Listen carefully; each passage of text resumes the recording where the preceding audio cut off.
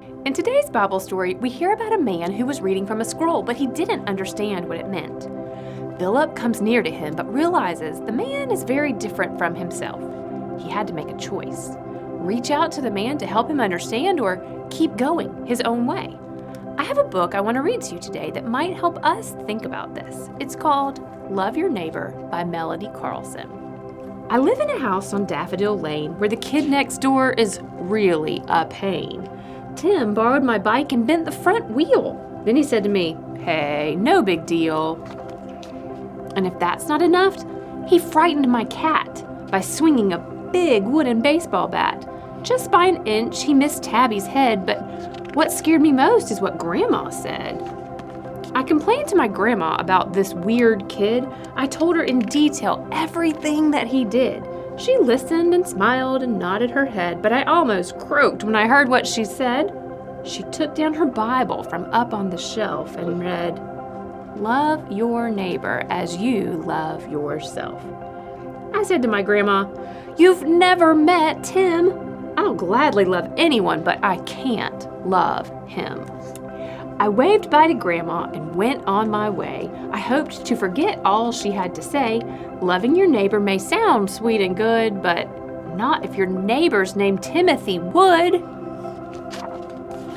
I wished I could move to an igloo somewhere where my next-door neighbor's a big polar bear. I'd gladly invite the fine fellow for tea. He could sit by my fire and watch TV. We could play checkers and police and crooks. Why, I'd even loan him my favorite books. To be a good neighbor, I'd surely love him, but please don't tell me I gotta love Tim. And what if I lived far away in the jungle and loving my neighbor, I'd surely not bungle. Even if bunches of wild chimpanzees lived right next door way up high in the trees, I'd let them go first when we swung on the vine, and if they ate bananas, I'd say, "Hey, that's fine." For monkeys don't know what good manners are for. They couldn't be worse than Tim Wood is next door. Or what if I lived on a boat with a sail where my closest neighbor's a great big blue whale? I'd be just as nice and good as can be. I'd sure love my neighbor and hope he loved me. And what if the place that I called my home was the very same place where the elephants roam? I'd cut lots of grass and invite them to lunch. In the lake, I'd pour grape juice to make purple punch. And if they forgot to say thank you or please or didn't say bless you if somebody sneezed, I wouldn't worry. I'd say that's all right. We'd be friendly neighbors, and we'd never fight. Or what if we wandered up north on the loose, where my nearest neighbor is a long-legged moose? To be a good neighbor, I'd cook a fine meal of moose-friendly food. Not such a big deal. And even if 54 moose friends came too, I wouldn't be mad or make a to-do because my neighbor, I'd be nice to him, and ever so grateful that he is nothing like Tim. I sat on my front porch and dreamed what I'd do if I lived in a cave or a big city zoo, and I imagined how, no matter how grim, it seemed pretty good compared to old Tim. Then I heard an odd noise, and I glanced at Tim's place. And there sat my neighbor with tears on his face. I watched in surprise, and then I felt bad. I wondered what made my neighbor so sad.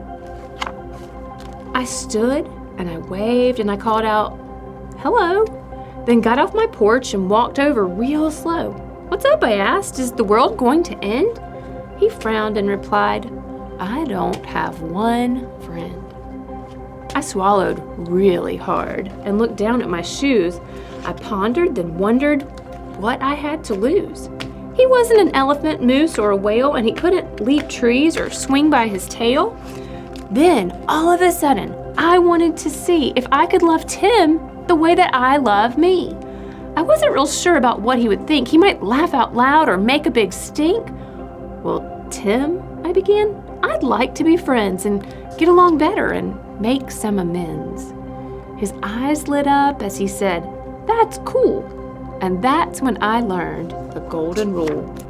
Now, most of the time, Tim and I have a blast, and I think that our friendship is one that will last. But sometimes we battle and both get defeated, and that's when I remember how I like to be treated. And even on days when we just can't agree, I try to love Tim the same way I love me. And I keep these words in my heart and my head: love your neighbor as yourself, just like Jesus said. you shall love your neighbor as yourself. Matthew 22:39.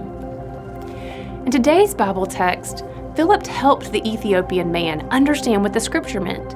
If he hadn't been willing to talk to him and listen to him, the man wouldn't have been able to understand or know who Jesus was.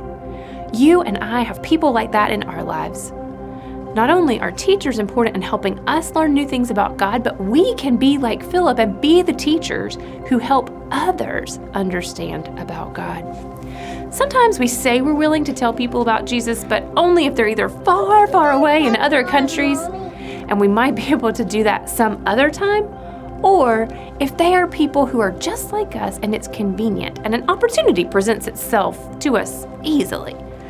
But our book today and our Bible story today remind us that Jesus' love is for all people, and we have a responsibility and a call to help share that good news with people all around us as we love our neighbors and share with all people about Jesus' love.